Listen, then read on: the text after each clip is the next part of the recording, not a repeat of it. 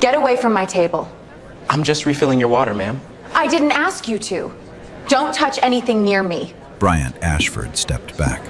Victoria Sterling's eyes locked on the single drop of water that had landed on the tablecloth. You've wet my dress. Ma'am, that's the tablecloth. Your dress is... Are you saying I'm lying, you filthy black man? She stood up. 300 gala guests turned to watch. You filthy bunch can't do anything decent. Now you want to say I'm lying when it's your fault. I apologize, ma'am. Let me... Her palm cracked across his face. The sound bounced off the chandelier. Know your place, filthy wretches. No one at the party knew that the waiter the wealthy heiress had just slapped was the reason she had lost everything. 6 hours earlier, the Sterling Grand Ballroom on Fifth Avenue was still empty. Crystal chandeliers hung from 30-foot ceilings. White roses lined every table. A red carpet stretched from the lobby doors to the main stage where a podium sat, polished and waiting. Tonight was the Sterling Capital Annual Charity Gala, the biggest night on Richard Sterling's calendar. 300 of Manhattan's wealthiest investors, politicians, and media executives would fill this room. Champagne would flow, donations would pour in, and Richard Sterling would stand at that podium and smile like a man who had it all. But Richard didn't have it all, not even close. For the past 3 months, Sterling Capital had been bleeding. 2 major clients had pulled their portfolios. The board was asking questions Richard didn't want to answer. The only reason the company still had a pulse was one investor, a silent partner who held 35% of the firm's total equity, a man named Bryant Ashford. Richard had never met him in person. Every deal had gone through attorneys and wire transfers. But tonight, Bryant Ashford had confirmed his attendance, and Richard needed him, desperately. Across town, in a 2-bedroom apartment in Harlem, Bryant Ashford was buttoning a white dress shirt, not a tuxedo, a catering uniform. His phone buzzed on the kitchen counter. "Bro, I'm serious." Derek Coleman's voice came through the speaker. 2 guys called in sick. I've got a gala for 300 people and I'm down 2 servers. I wouldn't ask if I wasn't drowning. Derek owned Coleman Catering. He and Bryant had grown up on the same block, same school, same church. When Bryant made his first million, Derek was the first person he called. When Derek started his catering business, Bryant was his first investor. "What time?" Bryant asked. 6:30, the Sterling Capital Gala. Bryant paused. He knew the name.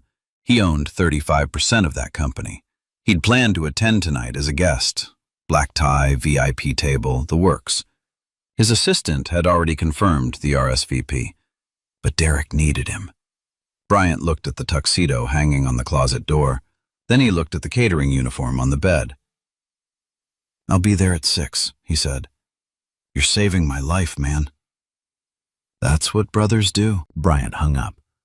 He picked up the white shirt and finished buttoning it. The tuxedo stayed on the hanger. He didn't tell Derek who he was to Sterling Capital. He didn't tell anyone. Bryant Ashford had built a $400 million investment firm by the time he was 32, and he'd done it quietly. No magazine covers, no Twitter rants, no flashy cars parked outside office buildings. Just returns. Just results. He believed in one rule above all others. You learn the truth about people when they think you're nobody. Tonight, he'd be nobody. By 6:15, the ballroom was filling up. Town cars lined the block. Women in designer gowns stepped out of elevators. Men in tailored suits shook hands near the bar. Richard Sterling stood near the entrance, greeting every guest with a handshake and a smile. But his eyes kept scanning the room. Bryant Ashford hadn't arrived yet. "Has Mr. Ashford checked in?" Richard asked his assistant for the 3rd time. "Not yet, sir." Richard loosened his tie. He needed that man in this room tonight. The board vote was in 9 days. Without Ashford's backing, Richard would lose the chair. Meanwhile, Victoria Sterling made her entrance. 28 years old, blonde hair pinned up, a custom Valentino gown that cost more than most people's annual salary. She walked through the crowd like she owned the building, which technically her father did. Victoria didn't work at Sterling Capital. She didn't work anywhere. She sat on no boards, she managed no accounts. Her name appeared on guest lists, society pages, and occasionally in tabloid headlines for berating restaurant staff or firing nannies on camera. Gregory Palmer, the Gala's event manager, rushed to her side immediately. "Miss Sterling, your table is ready, front and center, just how you like it." "It better be," Victoria said without looking at him. "And make sure the staff knows I don't want anyone speaking to me unless I speak first, especially the catering people." Gregory nodded. "Of course, Miss Sterling." She sat down. She adjusted her necklace. She waited for the world to revolve around her. And 20 feet away, carrying a tray of sparkling water, Bryant Ashford walked into the ballroom wearing a catering uniform, invisible to everyone who mattered. The evening had just begun. The first hour went smoothly. Bryant moved through the ballroom like any other server, tray balanced, posture straight, eyes forward. He refilled glasses. He cleared plates. He smiled when spoken to and disappeared when he wasn't. Derek had stationed him near the east wing, covering 6 tables. Bryant didn't mind. He liked the rhythm of it. Pour, serve, clear, repeat. It reminded him of his summers in college, bussing tables at a seafood restaurant in Baltimore to pay for textbooks. That was 15 years ago. Before the hedge fund, before the Bloomberg terminal in his home office, before the quiet empire he built while the rest of Wall Street was still learning his name. Tonight, none of that existed. Tonight, he was just the guy with the tray. By 7:30, Bryant's section was running clean. Guests complimented the service. One woman told him the Chardonnay was excellent. A retired senator asked him to refill his bourbon twice and tipped him a folded 20. An older couple near the window thanked him by name. They'd read his name tag and made a point to use it. Bryant smiled every time. He meant it every time. This was honest work. It always had been. Then Gregory Palmer appeared at his shoulder. "You," Gregory said, snapping his fingers. "Ms. Sterling's table needs attention. Table 1. Now." Bryant looked across the room. Table 1 sat directly in front of the stage, the VIP centerpiece. Victoria Sterling was seated with 3 other women, all of them laughing, all of them holding glasses that were already full. "Her table looks covered," Bryant said. Gregory stepped closer. His voice dropped. "I didn't ask for your opinion. I told you to go. Ms. Sterling specifically requested fresh service. The last server wasn't up to her standards." "What happened to the last server?" Gregory's jaw tightened. "She made the mistake of pouring from the left instead of the right. Ms. Sterling had her removed from the floor." Bryant said nothing. He loaded a fresh tray, 2 bottles of sparkling water, a champagne bucket, clean napkins, and crossed the ballroom floor. He approached the table the way he'd approached every other table that night. Professional, quiet, respectful. "Good evening," he said. "Can I refresh anyone's glass?" Victoria didn't look at him. She was mid-sentence telling a story about a yacht trip in Monaco. "And I told the captain, if the deck isn't cleaned by morning, I'll have the whole crew replaced. Every single one." The women laughed. One of them, a thin blonde in a silver dress, clapped her hands together like it was the funniest thing she'd ever heard. Bryant waited. 5 seconds. 10. "Ma'am," he said gently, "would you like still or sparkling?" Victoria stopped talking. She turned slowly. Her eyes moved from his shoes to his collar to his face. Her jaw set. Her nostrils flared. "Did I invite you to speak?" "No, ma'am, I was just—" "Then don't!" She waved her hand like she was swatting a fly. "Stand there. Don't move. Don't speak. When I need something, I'll snap." Bryant nodded. He stood behind her chair, tray in hand. 1 minute passed. 2. Victoria resumed her conversation as though he didn't exist. Then she lifted her empty glass over her shoulder without turning around. "Fill it." Bryant reached for the champagne bottle. As he poured, Victoria jerked her hand slightly, just enough to cause a single drop to land on the tablecloth beside her plate. She froze. Then she turned. "You spilled on my dress."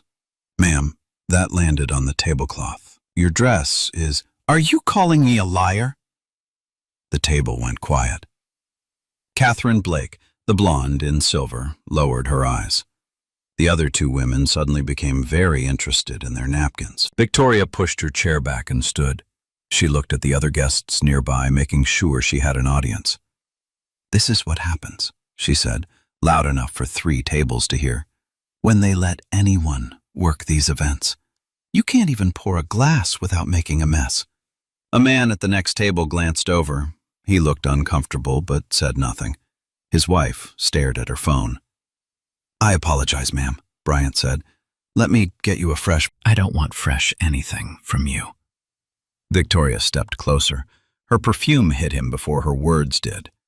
"I want you to explain to me how a grown man can't do the simplest job on earth." Bryant held the tray steady. His fingers didn't shake. His voice didn't waver. "I'm happy to get another server for your table if you'd prefer." "Another server?" Victoria laughed, a sharp, cutting sound. "I'd prefer if people like you stayed where you belong, behind the kitchen doors, out of sight." She turned back to her friends. One of them, a dark-haired woman in emerald, opened her mouth as if to say something, then closed it again. Bryant nodded and stepped to the next chair. He began pouring water for Catherine. "Excuse me," Victoria said sharply. "What are you doing?" "Pouring water for your guest, ma'am." "Not at my table, you're not. I didn't ask for anything." "Your event manager sent me over." Victoria's jaw tightened. She looked at Bryant's hands, dark fingers wrapped around the crystal bottle, and her lip curled in a way she didn't bother to hide. "Put that down," she said. "I don't want you touching the glassware." Catherine shifted uncomfortably. "Victoria, it's fine, really." "It's not fine, Catherine." Victoria's voice rose. "Look at him. Does he look like he belongs at this table? Does he look like he should be touching what we drink from?" The ballroom didn't stop. Not yet. But the nearest tables had gone quiet. Forks hovered above plates. Conversations died mid-word. Bryant set the bottle down gently. "I'll step away, ma'am." "You should have stepped away the moment you walked in here." He turned to leave. He made it 3 steps. "Wait," Victoria called out. "Come back." Bryant stopped. He turned around. Victoria pointed at the floor beneath her chair. A few drops of condensation had dripped from the water bottle onto the marble tile. "You made a mess." "I'll get a cloth, ma'am." "No." Victoria crossed her legs and lifted one heel off the ground. "Wipe it. Right now, with the napkin on your arm." Bryant looked at the floor, then at Victoria, then at the 300 people sitting around them. "Ma'am, I can get a mop or a cloth from the service area." "I said, wipe it." Her voice cut clean through the room. "On your knees. Now." The table next to them went silent. Then the one after that. Like dominoes falling, the conversations around table 1 died out, one by one, until the only sound was the string quartet playing softly from the far corner. Bryant stood still. His jaw tightened, but his voice stayed even. "I'm here to serve drinks, ma'am, not to kneel." Victoria's face went red, not from embarrassment, from fury. No one said no to her, not the staff, not the drivers, not the assistants, not even her father. "What did you just say to me?" "I said I'll clean it properly, but I won't kneel." Gregory Palmer appeared again, already sweating through his collar. "Sir, I think it's best if you just comply." "Stay out of this, Gregory." Victoria stood up. Her chair scraped against the marble like a scream. This man just refused a direct request from the host's daughter. She stepped closer to Bryant, close enough that he could feel the heat of her anger on his skin. You think you can walk into my father's gala, spill water on my floor, and then talk back to me? Her voice was low, but the room was so quiet that every syllable carried to the back wall. Do you know who I am? Bryant met her eyes. I know exactly where I am, ma'am. Then act like it. She reached forward and knocked the tray out of his hands. 2 glasses shattered on the marble. Water and champagne splashed across his shoes. The sound cracked through the ballroom like a small explosion. A gasp rippled through the room. A woman at table 4 put her hand over her mouth. 2 men near the bar turned fully around. Victoria looked down at the broken glass, then up at Bryant. Now you've really made a mess, she said. She turned to Gregory. Get this man out of my sight, and tell the catering company they'll never work a Sterling event again. Gregory grabbed Bryant by the arm. Let's go. Now. Bryant didn't resist. He let Gregory guide him 2 steps back. But Victoria wasn't finished.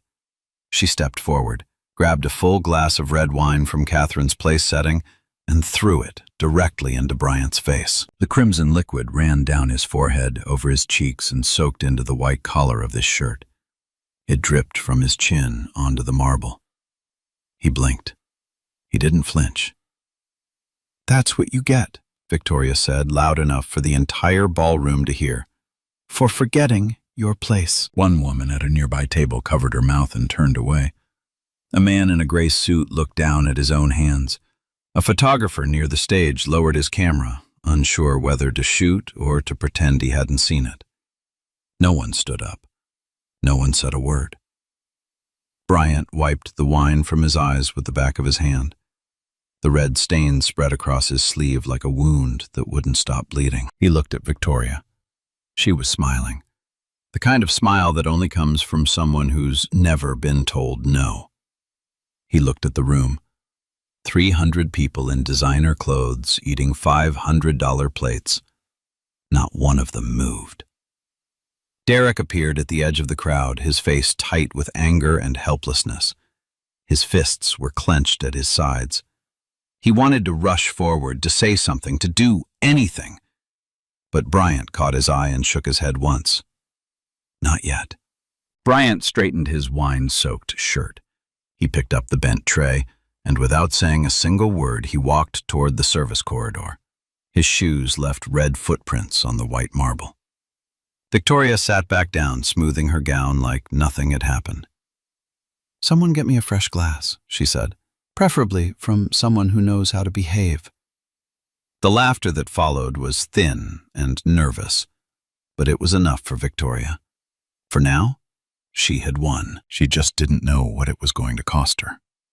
Bryant pushed through the service corridor door and leaned against the wall.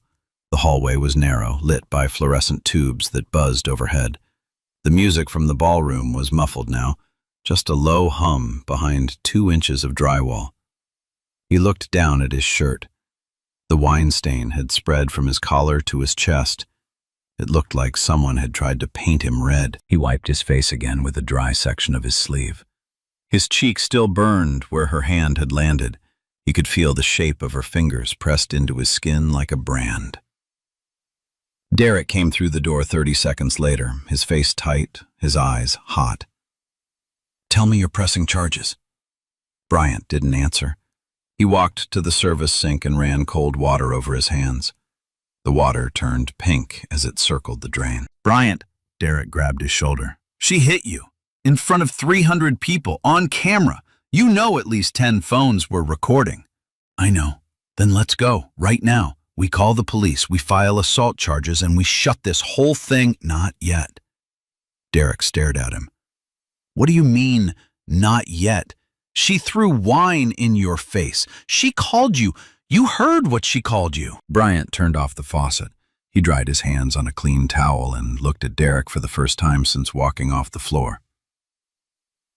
If I walk out there right now and make a scene, what happens? Security removes me. She spins the story. I become the angry black man who ruined her father's gala. That's the headline. That's the only thing anyone remembers. Derek opened his mouth, then closed it. But if I wait, Bryant said quietly, the truth does the work for me. He pulled out his phone. 3 missed calls from his assistant, Karen Wells. 2 text messages, both marked urgent. The first one read, Richard Sterling's office called again. He's desperate to meet you tonight. Board vote in 9 days. The second, are you at the gala? They can't find you on the guest list. Bryant typed a reply. I'm here. Tell Richard I'll find him when I'm ready. He put the phone back in his pocket. Derek was pacing, back and forth across the narrow corridor, his catering apron still tied tight around his waist. I can't just stand here and do nothing. That woman assaulted my best friend in my workplace, and You're supposed to trust me, Bryant said. Have I ever let you down? Derek stopped pacing. He exhaled hard through his nose. No. Then trust me now. That woman is about to have the worst night of her life, Bryant said. She just doesn't know it yet. Out in the ballroom, Victoria Sterling was having champagne. Gregory Palmer had replaced the broken glasses, mopped the wine stain off the marble, and personally delivered a fresh bottle of Dom Perignon to table 1. Victoria hadn't thanked him. She never did. Did you fire him? She asked, not looking up. He's been removed from the floor, Gregory said carefully. I said fire him. And I want the catering company's contract terminated tonight, before dessert. Gregory hesitated. Miss Sterling, your father approved that contract, personally. Coleman Catering has served Sterling events for... I don't care who approved it. Victoria took a sip of champagne. My father will do what I tell him. He always does. Gregory nodded and walked away. He pulled out his phone and called Derek's business line. It went to voicemail. Catherine Blake, still seated beside Victoria, cleared her throat quietly. Victoria, don't you think that was a bit much? He was just pouring water. Victoria turned to her with a smile that had no warmth in it. Catherine, darling, when you own a building, you can decide who pours what. Until then, mind your glass. Catherine looked down at her plate and didn't speak again for the rest of the evening. At table 9, a woman named Sandra Whitfield leaned toward her husband. She was a junior partner at a law firm downtown. She'd watched the entire confrontation from 20 feet away. That was assault, she whispered. She hit that man. Her husband, Thomas, shook his head slightly. Don't get involved. Tom, she slapped a man in the face and threw wine on him, in front of everyone, and everyone saw it. And no one moved. There's a reason for that. He took a sip of his scotch. The Sterlings own half this room. You go against them, you lose clients. You lose clients, you lose the house. Sandra sat back in her chair. She looked at her phone. She'd recorded the last 40 seconds of the confrontation, from the moment Victoria threw the wine to the moment Bryant walked away. She hadn't planned to. Her camera had been open from taking photos of the table arrangements. She stared at the video.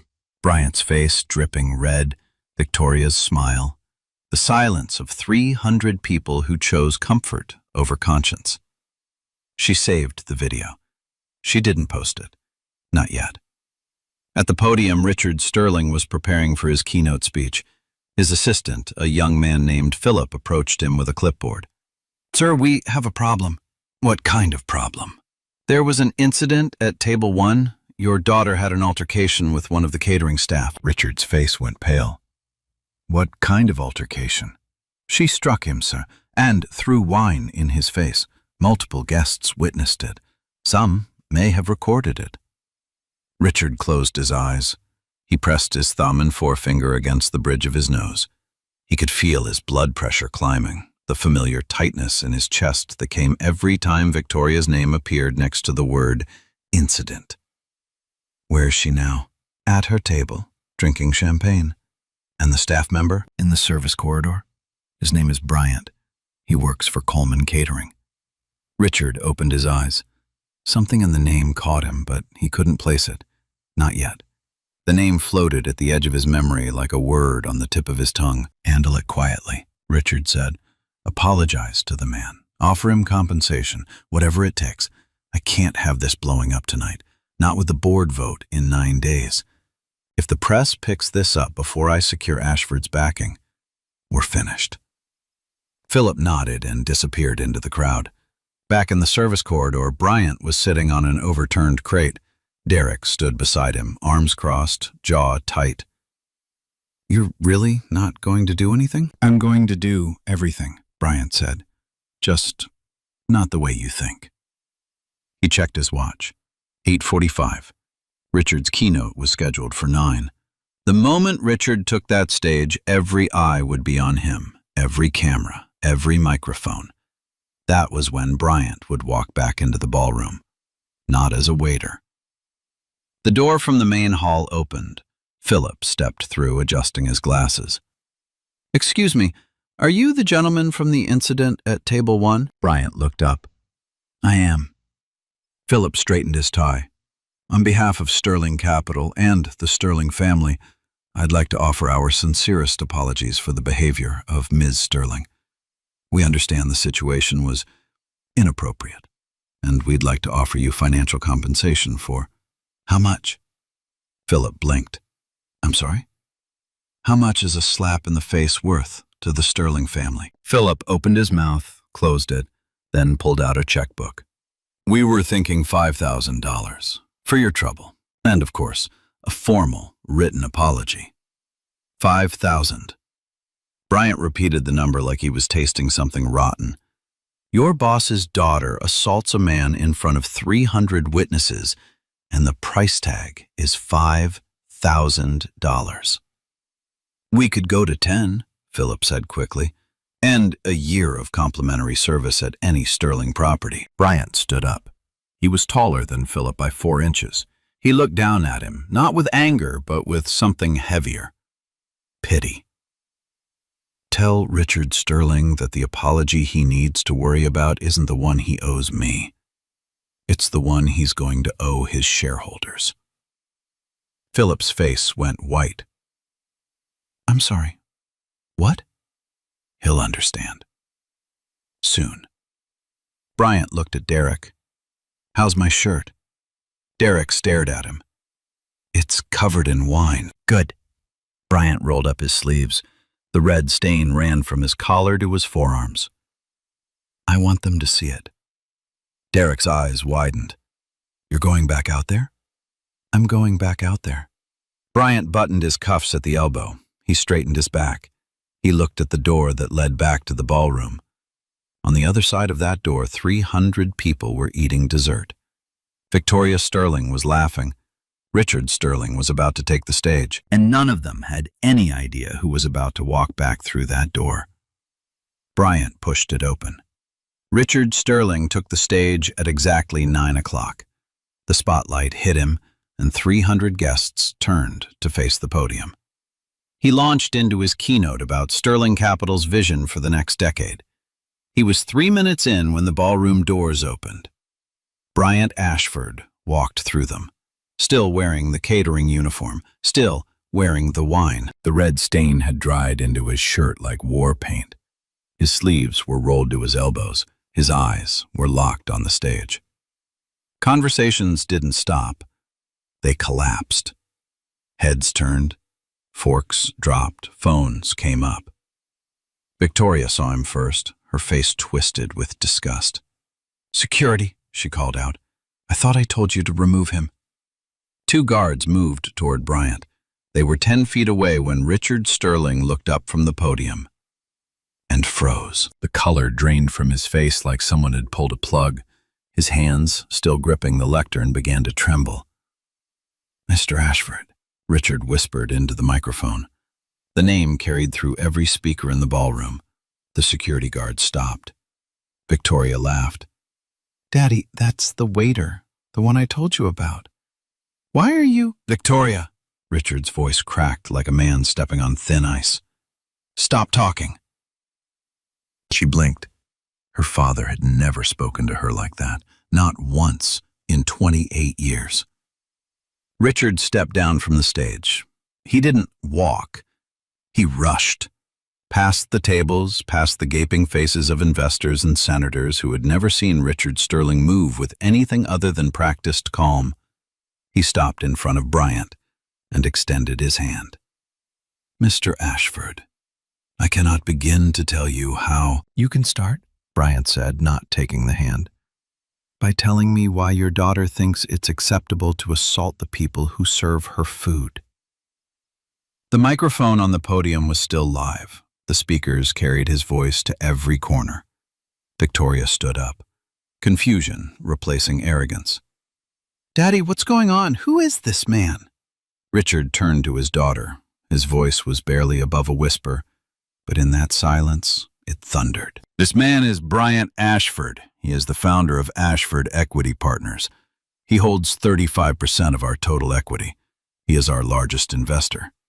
He is the reason this company still exists." The words hit Victoria like a wall of water. Her champagne glass slipped from her fingers and shattered on the marble. The same marble she'd made Bryant clean on his knees an hour ago. Catherine Blake covered her mouth. Gregory Palmer took 3 steps backward and disappeared into the hallway. Sandra Whitfield at table 9 gripped her husband's arm. The ballroom erupted in whispers. 300 voices hissing at once, like air escaping from a punctured tire. Richard turned back to Bryant. "Mr. Ashford, I had no idea you were here. If I had known..." "That's exactly the problem, Mr. Sterling." Bryant's voice was steady, not loud, not angry, steady. "You're telling me the only reason your daughter shouldn't slap a man is if that man happens to own your company?" Richard had no answer. "What about the server before me?" Bryant continued. "The one your daughter had removed because she poured from the wrong side. Does she get an apology too? Or does she not matter because she doesn't have a checkbook?" Victoria sat down hard, her hands shaking, the color of someone watching their entire world rearrange itself in real time. I didn't know," she stammered. "You didn't need to know." Bryant looked at her directly for the first time since walking back in. "That's what you still don't understand. You didn't need to know who I was to treat me like a person." He pulled out his phone. He dialed a number. The room was so quiet that everyone heard the line connect. "Karen," he said, "pull all of our holdings from Sterling Capital, every share, every bond, every position, effective immediately." Richard Sterling's knees buckled. He grabbed the nearest table to keep from falling. "Mr. Ashford, please." His voice broke.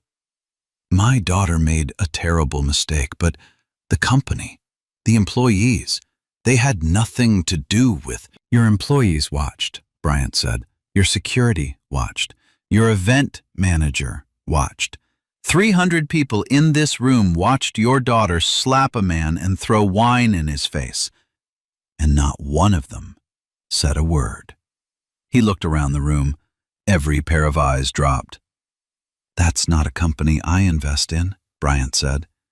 "That's a culture I walk away from." He turned toward the exit. His wine-stained shirt caught the light of the chandelier, red against white. Behind him, the silence was deafening. Bryant hadn't even reached the lobby when the first phone call went out. A hedge fund manager at table 12 dialed his broker before the ballroom doors closed behind Bryant. "Pull everything from Sterling Capital, tonight. I don't care what time it is. Get it done." At table 6, a woman from a pension fund was texting her risk team. "Sterling Capital exposure, liquidate all positions first thing tomorrow. Non-negotiable." Within 5 minutes, 11 separate calls had been placed from inside that ballroom. Word spread faster than Richard Sterling could process. His largest investor had just pulled out, live, on a hot microphone, in front of every major player in Manhattan finance. The dominoes didn't fall. They exploded. Richard stood frozen at the edge of the stage, his keynote abandoned, mid-sentence on the teleprompter. Philip rushed to his side. "Sir, we need to issue a statement, now, before the press." "The press?" Richard's voice was hollow. The press is sitting at table 14, Philip. They heard everything. He was right. Margaret Cole from the Wall Street Journal had been seated 3 tables from the podium. She'd stopped eating her dessert the moment Bryant walked through those doors. Her notebook was already full. Her phone was already recording. Victoria hadn't moved from her chair. The shattered champagne glass still lay at her feet. Catherine Blake and the other women had quietly relocated to the far side of the ballroom, putting as much distance between themselves and Victoria as the room allowed. Gregory Palmer was gone. He'd slipped out the service corridor the moment Richard said the name Ashford. His resignation email would arrive in Richard's inbox by midnight. A preemptive strike to save his own career before the fallout buried him, too.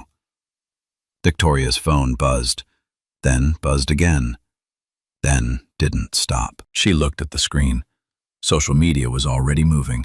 Someone in the ballroom had posted a 6-second clip, Victoria's palm connecting with Bryant's face, followed by the wine throw. The caption read, "Heiress slaps her dad's biggest investor at charity gala. Hashtag justice for Bryant." 6 seconds. That's all it took.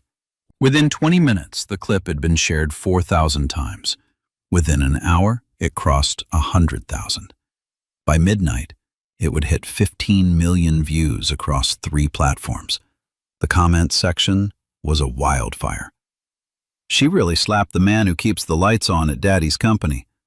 35% ownership, and she told him to get on his knees. I can't." That woman just ended her family's entire legacy with one slap. Victoria stared at her phone. Her hands were shaking so badly she could barely scroll. "Daddy," she whispered. But Richard wasn't listening. He was on his own phone, pacing near the stage, trying to reach Bryant's office. Every call went to voicemail. Every text went unanswered. The after-hours trading desk lit up at 9:42 p.m. Sterling Capital's stock began to slide. First 2%, then 5%, then 8%. By 10 o'clock, it had dropped 14%. By the time the Asian markets opened, it would crater to 22%. $400 million in market value. Gone before Richard Sterling could finish a single phone call. At 11:15, Richard called an emergency meeting in the hotel's private boardroom. 6 board members attended. 2 refused to come. 1 sent a text that read, "I'm calling my attorney in the morning." Richard stood at the head of the table, his tie loosened, his face gray. "We need to contain this," he said. "Contain what, Richard?" Board member Ellen Cross leaned forward. "Your daughter assaulted a man on camera. Our largest investor pulled his entire portfolio on a live microphone. The clip has 10 million views and it's been 2 hours. What exactly do you plan to contain?" Richard had no answer. "I want your daughter banned from all Sterling events," Ellen continued. "Permanently. And I want a public apology issued by 6 a.m. from the company and from Victoria personally." "She'll apologize," Richard said quietly. "She'll do more than apologize." Ellen stood up. "She'll face charges. Because if she doesn't, and we try to sweep this under the rug, every remaining investor in this room will follow Ashford out the door. And then there won't be a company left to save." Richard sat down. He put his head in his hands. Somewhere in the city, Bryant Ashford was sitting in the back of a town car, still wearing the wine-stained shirt. Derek sat beside him, silent for the first time all night. Bryant's phone rang.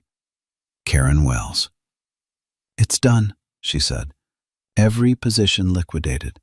Sterling Capital will feel it by morning." "Thank you, Karen." "Bryant, are you okay?" He looked out the window. The city lights blurred past like streaks of gold and white. "I will be," he said. "Tomorrow." By morning, the story had outgrown the Gala. Margaret Cole's article hit the Wall Street Journal website at 5:45 a.m. The headline read, "Sterling Capital Heiress assaults top investor at charity gala. $400 million wiped in hours." By 6 a.m., it was the most read article on the site. By 7, every major network had picked it up. CNN ran the clip at the top of the hour, then MSNBC, then Fox. The footage was clean. Someone had recorded the entire confrontation from the moment Victoria threw the wine to the moment Bryant walked out. Sandra Whitfield's 40-second video had found its way to a journalist's inbox sometime around 2 a.m. She never confirmed she was the one who sent it. She didn't need to. The internet didn't just react. It combusted. #Justice for Bryant trended at #1 nationally by 8 a.m. By noon, it was global. Twitter, Instagram, TikTok, every platform was flooded. The clip had been sliced, remixed, and reposted in 100 different formats. Someone set the moment of the slap to slow motion with a bass drop. It got 9 million views in 4 hours. But the real damage wasn't on social media. It was in the courtroom. Bryant Ashford's legal team, 3 attorneys from Morrison & Hayes, one of the top civil rights firms in New York, filed 2 separate actions by 10 a.m. The first was a criminal complaint for assault and battery. The second was a civil lawsuit against Victoria Sterling personally, citing racial discrimination, public humiliation, and intentional infliction of emotional distress. The filing included Bryant's medical report from the previous night, a bruised cheekbone and minor corneal irritation from the wine, along with statements from 4 eyewitnesses who had come forward overnight. One of them was Catherine Blake. Catherine's statement was devastating. She described Victoria's behavior in detail: the finger-snapping, the demand to kneel, the racial slurs, the deliberate hand jerk that caused the spill Victoria then blamed on Bryant. Catherine wrote, "I sat at that table and said nothing. I will regret that for the rest of my life." The Manhattan District Attorney's Office moved fast. Victoria Sterling was arrested at her Upper East Side apartment at 11:15 a.m. She was photographed in handcuffs on the sidewalk. The image made the front page of the New York Post by the afternoon edition. The headline? Slap back. Victoria's attorney attempted to negotiate a quiet plea deal. The DA refused. The case was too public, too viral, too watched. A quiet resolution would look like privilege buying its way out. And in an election year, that was a risk no prosecutor would take. The trial lasted 3 days. It didn't need more. The prosecution played the video. They played the full version, not the 6-second clip, but Sandra Whitfield's complete recording. The courtroom watched Victoria throw the wine. They watched Bryant stand still, blinking, not flinching. They watched 300 people do nothing. Then they heard the audio. Gregory Palmer's voice ordering Bryant to comply. Victoria's words, "You people, filthy, know your place." Every syllable played through courtroom speakers while Victoria sat at the defense table, her face buried in her hands. Bryant took the stand on day 2. He didn't raise his voice. He didn't perform. He spoke the way he always spoke, measured, clear, direct. "I wasn't angry when she hit me," he said. "I was sad. Because I knew that if I'd been wearing a tuxedo instead of a uniform, she never would have touched me. The problem wasn't who I was. It was who she thought I was." The courtroom was silent. And the 300 people who watched? I don't blame them either. Fear is powerful. But silence in the face of injustice isn't neutral. It's a choice. And choices have consequences. The jury deliberated for 90 minutes. Guilty. Assault in the 3rd degree. Aggravated harassment with racial bias. The judge sentenced Victoria Sterling to 200 hours of community service at a homeless shelter in the Bronx, a $50,000 fine, and 18 months of mandatory counseling on racial sensitivity and anger management. She was also issued a 2-year restraining order prohibiting contact with Bryant Ashford. Victoria stood when the sentence was read. Her legs were shaking. Her attorney held her arm. She didn't speak. Outside the courthouse, the cameras were waiting. Hundreds of them. Victoria walked to a black SUV with her head down, flanked by 2 attorneys. Someone in the crowd shouted, "How's it feel to be below someone now?" She didn't look up. The financial fallout was even worse. In the 2 weeks following the gala, Sterling Capital lost 2 more major investors. Combined with Bryant's withdrawal, the company's total losses exceeded $450 million. The stock price, which had been at $68 per share before the gala, settled at $39. Nearly half its value. Gone. The board of directors convened an emergency session. The vote was unanimous. Richard Sterling was removed as chairman and CEO of the company he'd founded 22 years ago. He was offered a ceremonial advisory role with no voting power. He declined. Richard released a written statement. I failed as a father and as a leader. I allowed a culture of entitlement to take root in my family and my company. I take full responsibility. He sold his penthouse on Park Avenue 3 months later. He moved to a smaller apartment in Connecticut. He stopped attending industry events. Friends said he aged 10 years in 10 weeks. Gregory Palmer, the event manager who had enforced Victoria's orders that night, was blacklisted from every major event planning firm in New York. His name became shorthand for complicity. At industry conferences, people would say, "Don't be a Palmer."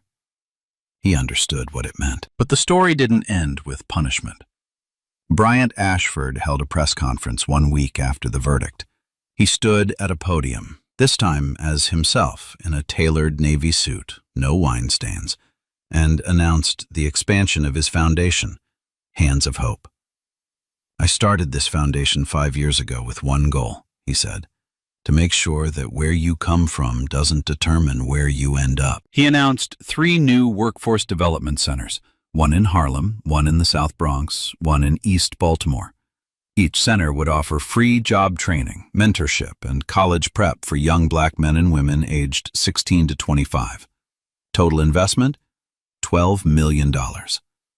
The applause lasted 2 full minutes. A reporter asked him, "Mr. Ashford, do you feel justice was served?" Bryant paused. "Justice isn't a feeling," he said. "It's a system.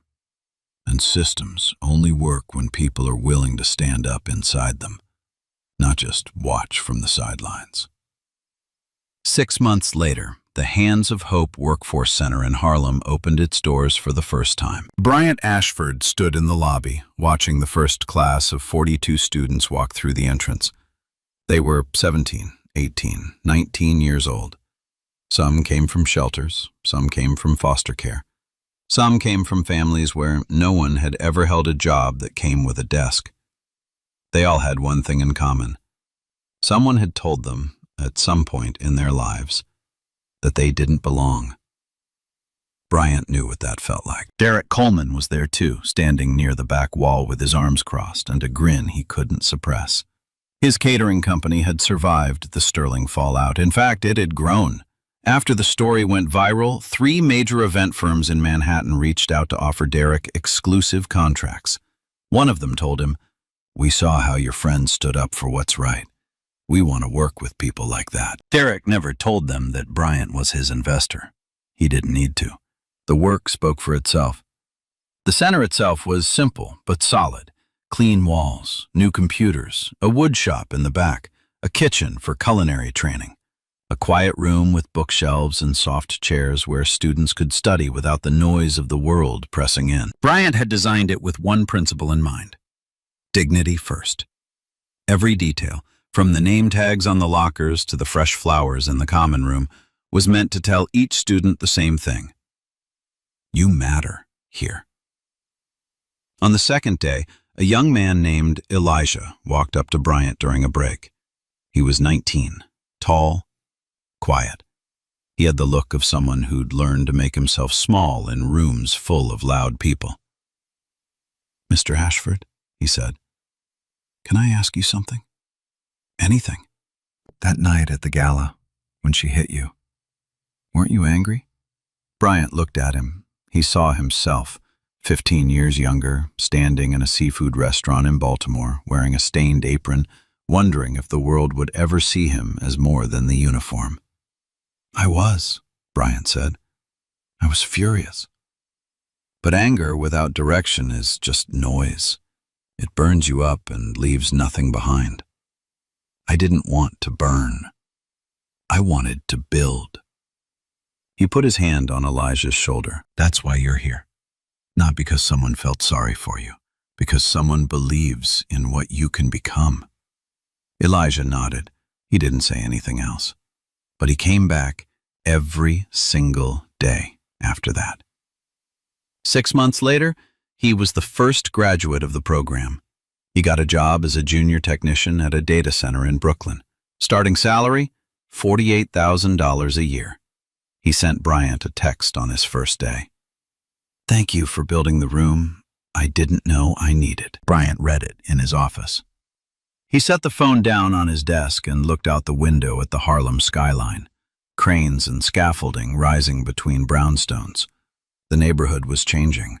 So were the people in it. Victoria Sterling completed her 200 hours of community service at a homeless shelter in the Bronx. For the first time in her life, she served food instead of ordering it. She cleaned floors instead of pointing at them. She folded sheets, wiped tables, and handed out blankets to people who didn't know her last name and didn't care. On her last day, she sat down at a table in the shelter's dining hall and wrote a letter to Bryant Ashford. It was 3 pages long. She apologized.